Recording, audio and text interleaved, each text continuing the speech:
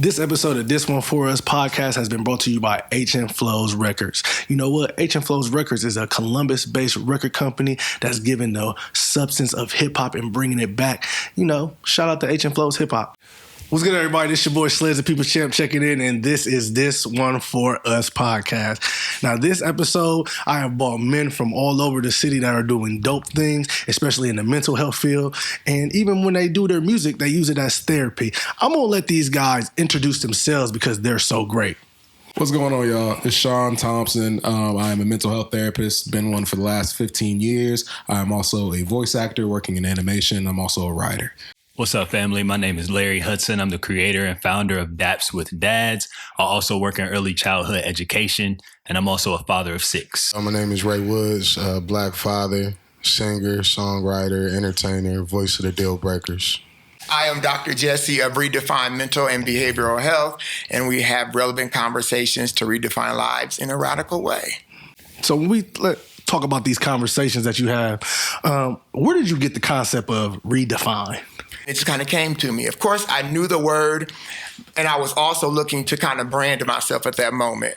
And I knew what the word was, but I didn't know in depth, but I knew it held an impact. And for me, I wanted to transform lives. At that time, I was just working with families or studying just to work with families. And then, of course, I opened it up. But when it came to me, I was like, that is just it. Everybody in here, in some shape or form, works with mental health. I even brought Ray on because he uses his mental health as a music therapy, I would say. Ray, how has music helped you when it comes to these? If you just break down actual music as far as like vibrations and how that really helps the body as far as finding balance, you know, people use music for everything in churches. Praise and worship at a funeral, it sets the atmosphere, everything. So I just been more in tune with making sure that whatever I'm delivering from a musical perspective is something that is providing some sort of healing, and it's not feeding anybody bad energy. So I'm very mindful about what I listen to, and that's how I operate when I'm on stage and when I'm in the studio. But it's definitely pivotal, especially when I have a background in gospel. So anything inspirational for me, I feel like is definitely a purpose in it because it's helped me a lot. So Larry, you do Daps with Dads. How did Daps, explain Daps with Dads. The physical gesture Daps, we all did it when we actually walked in, but we probably didn't even realize we did it. Right? When we see each other and we dap each other up, that gesture was actually originated back in Vietnam, bro, during the war, because black soldiers were fighting the Vietnam, but they also was dealing with friendly fire, right, from racism at the time. So they came up with this gesture to recognize each other. And when they came back home, it spread, right? So in the war, you're all right there with each other. But when they came back to the States, they all over America. And then it starts spreading into the streets. We see, you know, gang culture pick it up, athletes pick it up. And that's what we see, you know, LeBron and all them doing all the different types of things.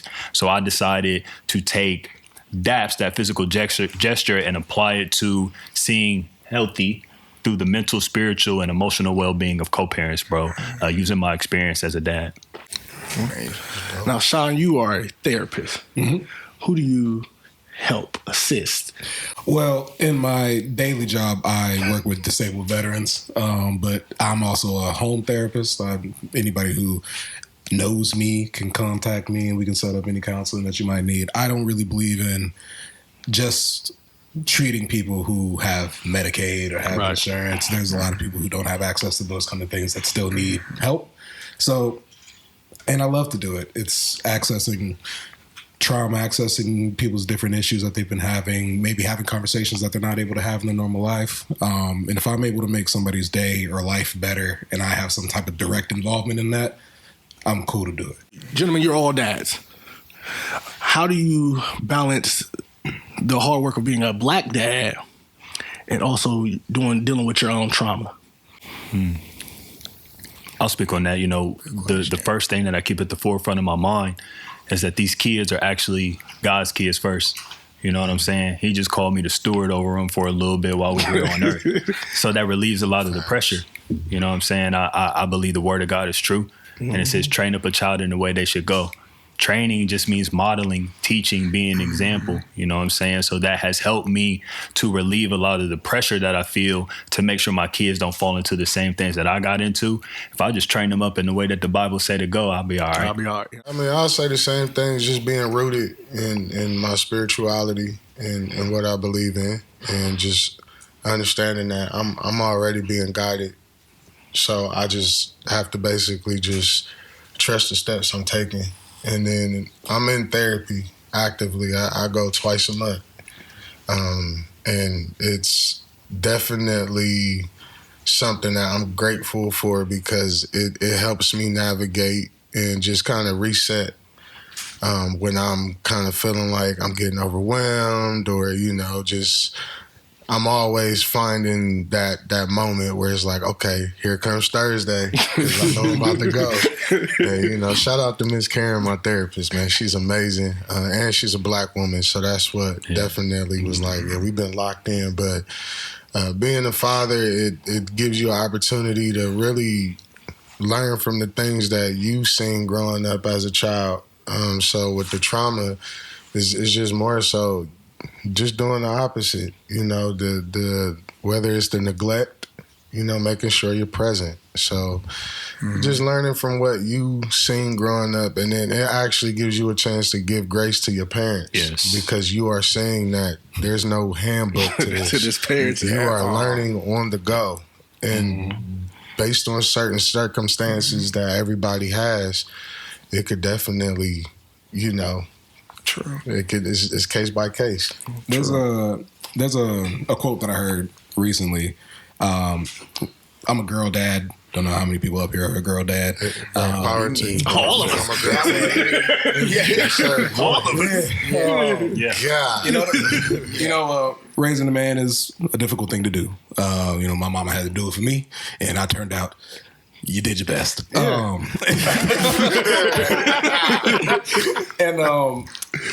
Raising my daughter, in the beginning, I had all the different stereotypes of being a girl dad in my head. You feel me? Like, I'm gonna be tough. I'm gonna protect her. Ain't nobody gonna mess with her. Ain't nobody gonna do this. I die for my daughter and this, that, and the third. But I heard this quote that was like, you do a lot of talking about how you die for your kids. How about living for your kids? Mm-hmm. And a big part of living for my kid is getting myself together. Yes, bro. Figuring out my mental health, figuring out my triggers, figuring out my problems, working through my trauma so that I don't transfer that onto her. Yes. The world's going to give her enough trauma, just her living in it. Me adding on to it is a whole different thing. Mm-hmm. So in my household, that should be her safe space for her to be herself, to grow, to love, to live. And then whatever the world does, that's for dad to help her put into perspective when she get home. So I realized that living for my daughter is much more important than being willing to die for my daughter. And that's something that I've been trying to embody in what I'm so into her, what I show her day to day, and how she sees her dad live. Because she sees her dad live, then, she knows it's all right for her too. Right. Mm-hmm. Yeah. For me, it was giving my girls the tools that they needed. But also the caveat to that was giving them the tools they needed, but also so many of us parents, we try to give them the life that maybe we didn't have or family didn't have, that we handicap them at the same time. We overdo it. And so for me, it was to deposit the tools. You all talked about spiritual. The Bible tells us train them up in the way they should go. When they grow, they won't forget it. They'll remember the way. And so for me, that was important. But I also saw, honestly, for me, in the beginning, I was handicapping them. Because, with my oldest, when first her mom and I did shared parenting. Then when she was 13, I was the full-time father. And so then I became that parent to try to make sure she didn't feel that loss because her mother wasn't active. So to make sure that, Brianna, you have everything you need, every resource you need, every piece of love you need. But reality was that she was getting that from me anyways because I was giving her and her sister the tools. But then how I had to help discipline myself was to remind myself that God is in control. And by that, I don't have to overextend myself to try to give them too much because I found myself kind of handicapping them to learn how to deal with life. Because if you look at a lot of people, I don't know what your ages are, but a lot of us older people, we had resources. We knew how to navigate through life. When we went out in the streets, we knew how to navigate. We had that wisdom to navigate, whether academic wisdom or street wisdom. A lot of children don't have that now, of how to survive. If I leave today, would you be able to survive or would you not? And for me, that was important. And so one day during dinner, I actually sit down with my girls during dinner and apologize for overextending myself. And I said, now some things are about to change. There's going to be some minor adjustments here. Still going to love you. Again, I got girls, so I understand the struggle. Yes, sir. Yes, sir. Girls. Yes, sir. Go through. Understand the struggle. No. So dare not say I'm not still going to give them the love and the resources, but also there needs to be some greater teachable moments that I was giving them, and I wasn't doing that. And so we had to have that conversation that everything is not going to be a fast yes. And because we didn't have a dishwasher growing up, now we got dishwashers and you got housekeepers coming in. They got every device that the world has available. And for me, it was important to not only give them the tools they needed in the home, but also the skills they would need out in the world. Okay. Let me ask you this, gentlemen. Are you guys scared of failing as a parent? Terrified. I should have let you. Should have gave you a second. No. So for me, right, I don't know if it's terrified of failing as a parent. There's always an idea that I always feel like I could be doing more. I mean, yeah. Or that I haven't done enough, or that there's more wisdom that I can speak. There's a better way for me to go about this. There's a better way of going about that. And there's always that. When she grows up, is she going to know that her dad did the best that he could? And that is more of the fear of my daughter growing up and wishing a lot of the things that I wished when I was a kid. Like I wish, I ain't gonna put all that out there, but like I wish my mama hugged me more. Things like that. I don't want her to have those kinds of thoughts. A lot of that is out of my control because I can only see it from a certain perspective, which is my own, which is in itself flawed. But I want to. There's a fear that I'm gonna miss some things, and I'm going to miss some things. So it's more of a fear of inevitable than a fear of being a bad parent. I know I'm not a bad parent, Right? But Because am I I know the some best bad parent that I can be? Because I know some bad parents. Yeah, I would just remind you, my brother, like that God caused the flaw. You know what I mean? So it's like you're not always going to have it together. Me, I can't really relate yet because I have two babies. They're both girls, sassy. And I'm finding the balance in that because of just the fact that they're girls. I need them to have the voice and the confidence to speak for themselves. My 5-year-old, she would tell you how she feel, and I love it because of the fact, like, growing up, I was that be quiet because you're a child, and the Bible says so. I like Right. So I'm in the space where it's like, no, I'm allowing her to lean into her emotions. Say how you feel. I'm going to redirect how you might want to deliver it because you don't want to say it like that. But it's a learning curve for both of you. That's the beauty in it. Oh, yes. So for me, just being present, I can already tell. Right. Yeah. Just being present and like active but present. And it just makes you more aware. It makes you more aware. So I'm not fearful. But being a bad parent, I'm just more aware. The goal is to win the day by just getting out the house, going to work, and coming back home to my family. That's it. Yeah. So if I can do that, everything else will work itself out. And we have to remind ourselves we're human too. Yep. So we're fathers, but we're humans. We're not gods. We're not demigods. We're human. And I agree. And I think even the gentleman down there said earlier about creating that safe space. And I think when we do create those safe spaces for them to be able to have those healthy, disciplined conversations, because I definitely agree even still with having those open door conversations, but saying a certain way to me, because I'm your father and I will black out. So just say, so I want to hear everything you got to say, and I want you to be able to hear when we get done with this. Right. So, but having that safe space, I do believe that's important. I mean, and even my 25-year-old, who's still like a big baby, Brianna talks about that, how it was just, because with her mom is a little different. She can't talk about everything. Right. With me, it was come to me, even before high school, before you tried anything, whether smoking, drinking, come to me because I'm going to know anyways. I always just wonder how my mom used to say I got eyes in the back of my head. Like, how does she know that? And so I would tell Brianna. And so from the beginning, and I'm grateful. Of course, she's a child. She did stuff. But some of the other things that parents go through, I'm grateful I didn't have to encounter that because she felt healthy to come to me. Even when her friends was peer pressuring her to smoke when she got in high school, she was healthy to have a conversation with me about that. But I even remind them I'm human, so I'm going to make mistakes. There are times I may get angry too far in advance. I'm going to apologize if I do, because that's just the rightful thing to do. Mm-hmm. But I'm human, so I don't think about if I feel like I'm going to fail.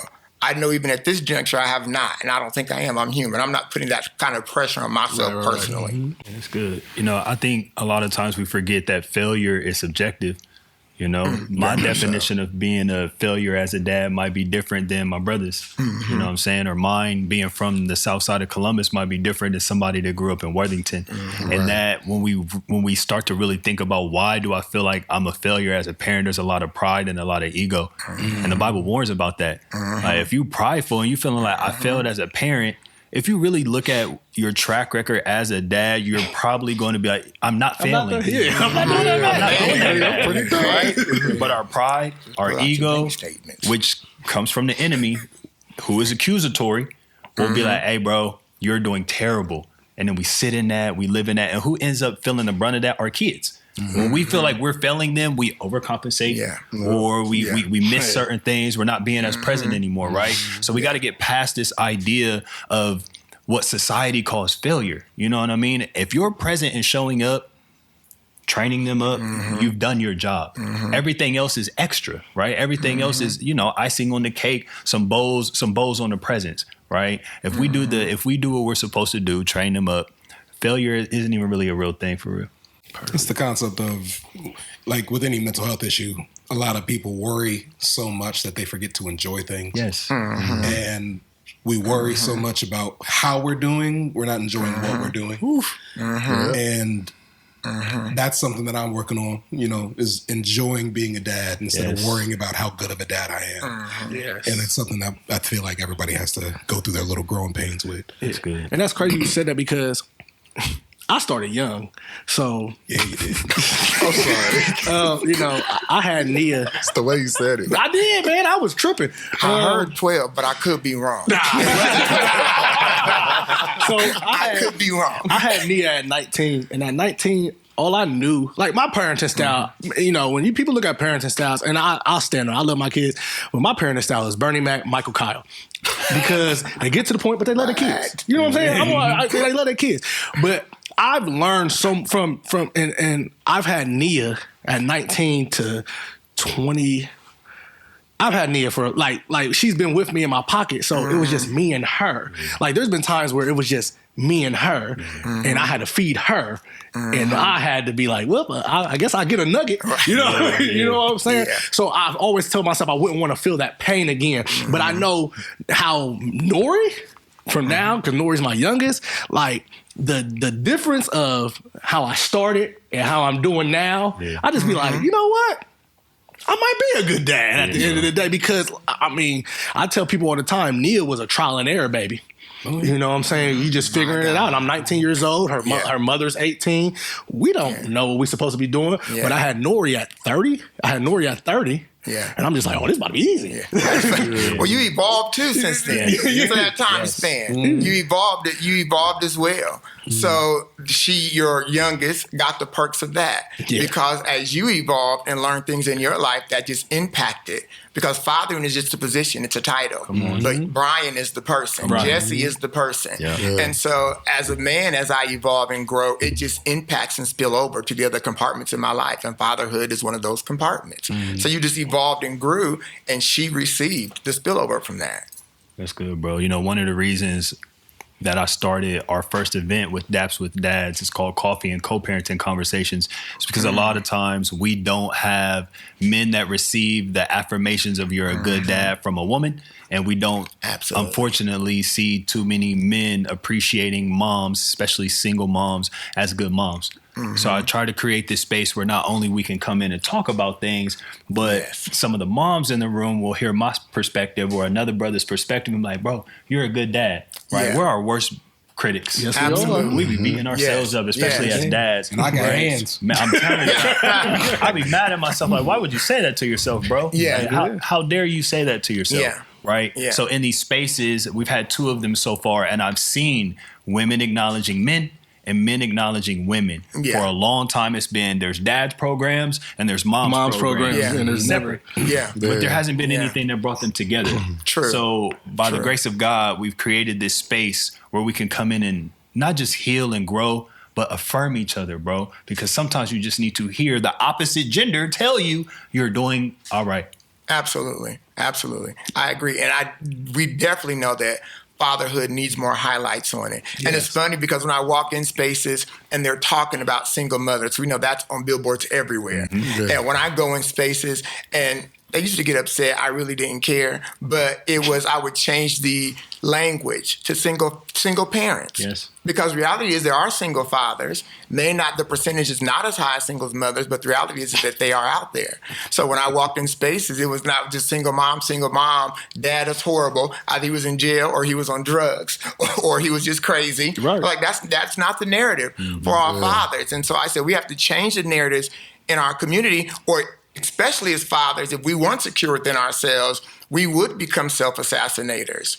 So I think it's great for movements like you that started, and it's funny because I'm started even for co-parenting with our mental health movement, a co-parenting 8-week group, because it was one of my clinicians counsel couples, I counsel couples, and when I hear them argue, I tell them, that is not a parenting issue you have. You still pissed off that they stole your $10 10 years ago. That has nothing to do with y'all raising little Johnny now. And they talk about, we don't know why little Johnny's so crazy. And I look at the whole family and be like, really, we all confused?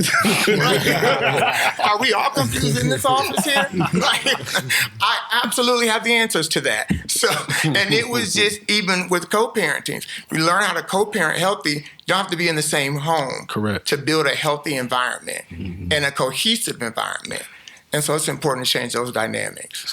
Let me ask y'all this. Do y'all really think there's a lot of quote unquote deadbeat dads in now? Because like when I was telling, I was talking to Brandy, I don't really know a lot of deadbeat dads. Like all my friends take care of their kids. And most of the people I know, I see them with their kids. So like, do you think there's a lot of deadbeat dads like that? So I'll take the first stab at this one. Yes, please. I appreciate that. I believe that there is, even though they might not be in our circles. Right. I told myself I wouldn't be a long time ago, you ain't about to be around me. Yeah, I can't associate. Yeah, we ain't with about to. I can't. That part. I can't, in good conscience, sit around and kick it with you.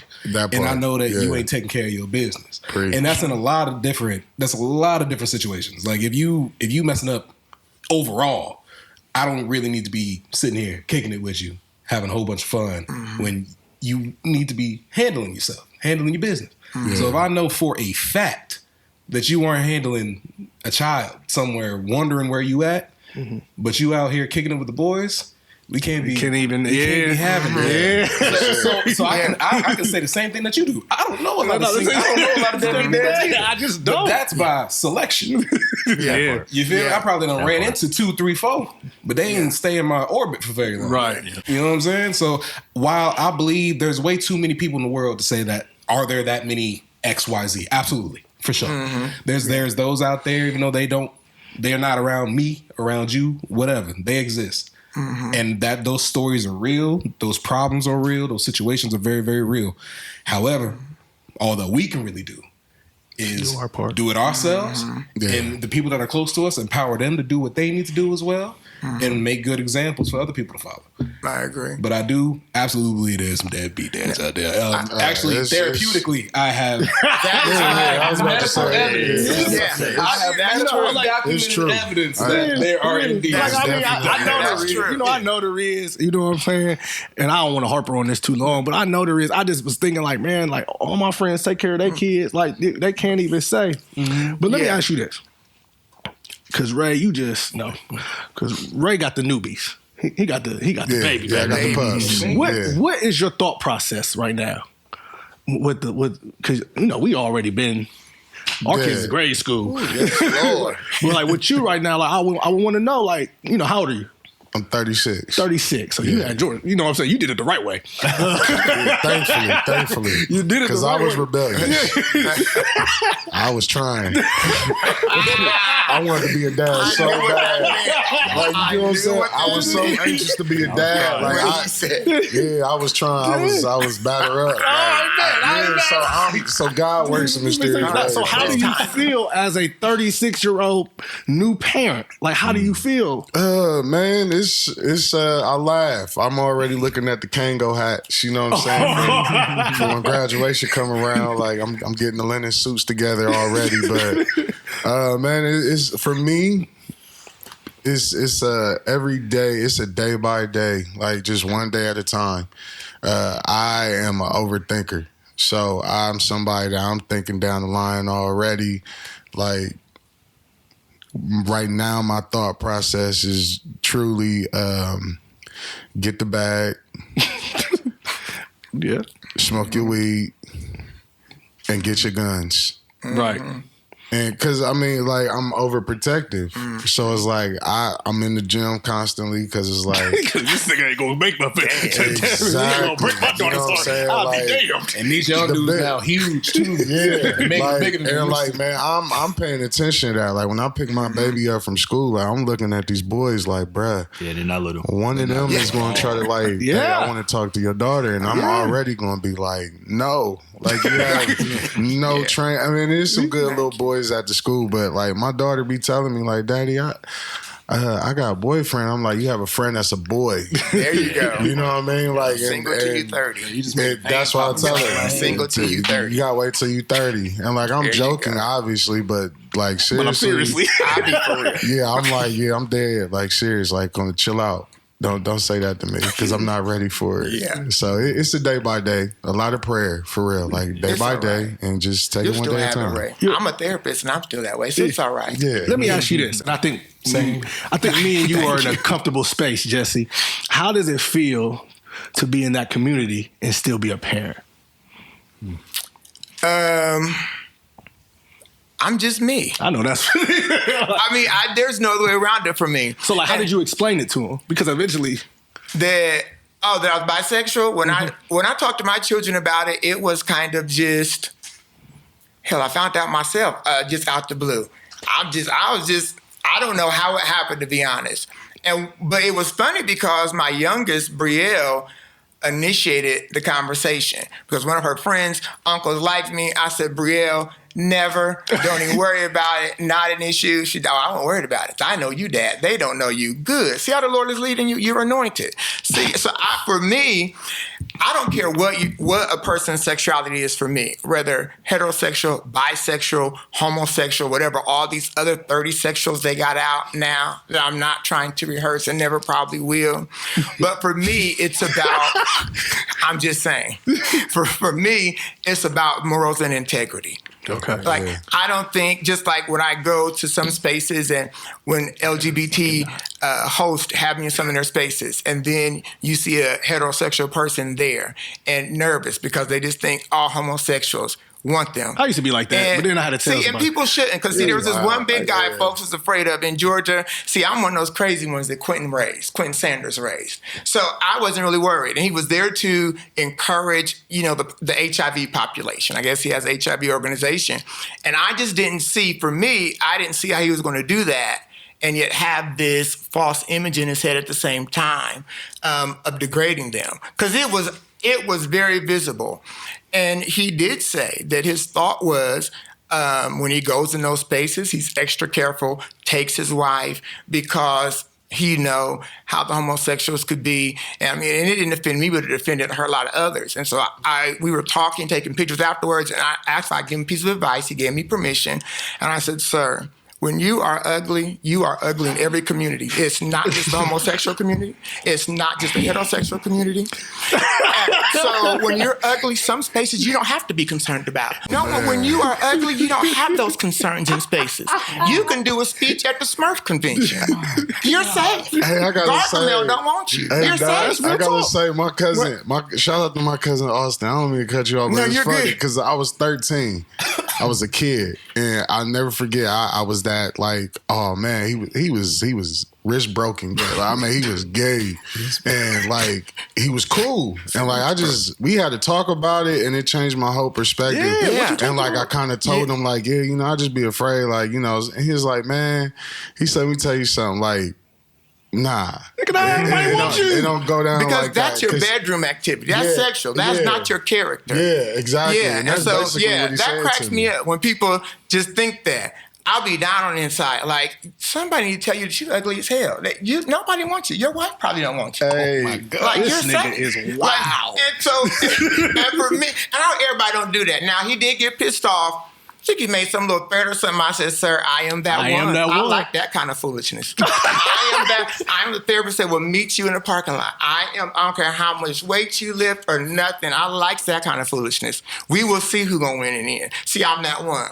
And so for me, it was like just being honest. And so even with my children, and even now, the hardest thing was when I had to kind of like tell my grandmother, because they raised me, her and my grandfather from middle school up. And her response for me was just amazing because it was, I'm going to love you no matter what. Right.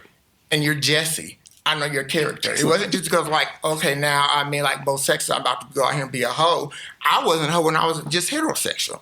So that doesn't change about me. Who I am, my morals, my integrity, still going to be the same. That doesn't change. You know, you have multiple mothers. How do you keep that co-parenting relationship and be cordial, even though when you guys are still bumping heads? I thank God that he's a redeemer, bro, because, you know, society calls what I did broken homes, right? Mm-hmm. You know, we don't really say it too often, but that's what it is. I created these kids outside of wedlock. They got a mom's house and a dad's house. That's considered a broken home, right? So I rely so much on him being the fixer that he is. If he really the carpenter's son, he can fix anything. I know that's right. You know what I'm saying? So I focus on consistency across the board, bro. Like whatever it's going to be with one of my co-parents, it needs to be with all of them. You know, the same level of respect, the same level of grace, because I'm the man. So I was the one that was made the decision, careless with my seed. Yeah, I'm about to say, right? You know what? Mercy for any consequences that come from me not living up to the things I probably told them when we was together, right? Probably sold dreams, trying to get the buns, and now here we are, I got a kid, right? So if there's any level of they feel like I might be a deadbeat for X, Y, and Z, hey, I got to eat that, bro. So when we were speaking about deadbeats, you know, a lot of that term comes from hurt. You know, the reality is you're not a deadbeat, but your co-parent probably feels that way because they're not actually equating that to your fatherhood. A lot of that is probably being equated to the romantic relationship, right? Mm-hmm. So when it comes to just navigating multiple, I try to keep it as consistent as possible, bro. Accountability, it's on me. I got to take it on the chin a lot of times. Yes. I got to eat it, bro. We got to do it as dads with one. I got multiple. I got to eat it a lot. So I try to live with as much grace as I can, mercy as I can, and accountability, bro. And it keeps it consistent. I just want to say something to that. When I get into these sessions with individuals and they have a significant other that they fight with a lot, I always encourage them, remember when you were friends. Yeah. Remember when you looked at this person and you had nothing but love in your eyes and in your heart for them. Mm-hmm. You loved this person once. You had something in there for them at one point, and you just lost it. Right. Mm-hmm. But just because you lost it doesn't mean it can't be found again. It just needs to be recontextualized. Mm-hmm. So there's a respect that has to be there at all times. There's arguments, there's fights, the disagreements. Me and my baby mom, we fight all the time. Love you though. Hey, you do great. I know that's right. Like, you know what I'm saying? But there's a common ground that we have to come to because I have to remember that was my dog. Right. Yeah. Yeah. That was my dog. Right. Like right in the pocket. Everywhere that I went, she went. Yeah. And just because it didn't work out, that don't mean that that's not my dog. Our children deserve the best version of our co-parent, even if we didn't get it. Yeah. I know these women because we were cool. Yeah. I know what you can be. Yeah. So I want to do everything in my power to make sure my kids can potentially get that, even if I didn't receive it. Mm-hmm. We told each other when we had our baby, no matter what's going on between us, we still got Bella's going to see love. Come on. That part. Bella's going to see love. Yeah. We might not have it at the time, but when she looks at us, Daddy loves mommy, mommy loves daddy. Even if we ain't together in the same house, when we together, daddy loves mommy, mommy loves daddy. And they both love me so much. Right. And as long as she sees that, we good. We good. But focusing on that instead of what didn't happen, what could have happened, what the problem was. I think today was for me. Obviously. I mean, it was for y'all. This is my show. I heard that. This is my show. Lay down He set up here. his own session, didn't he? I think today it was free. For free. I always told, Exactly. Insurance car in the end. I always told myself I wouldn't be caught crying on nobody's couch. But I think today was for me. So let me ask you gentlemen this. In one word, what would you tell a dad in one word when you're describing to be great? Live. Learn. Respect for me. Grace. Grace to your kids, grace to yourself, grace to your co-parent. So as we wrap this up, I think we all are believers, and I think we all think that, you know, Christ is the head of our household. Yes. I just want to tell you guys, I just want to applaud you gentlemen, because there's not a lot of us, as they say. Now, I don't see it, but there's not a lot of us like we say. Once again, this is This One For Us podcast, and I just want to thank these lovely gentlemen for coming out, and you guys have a wonderful day. One love.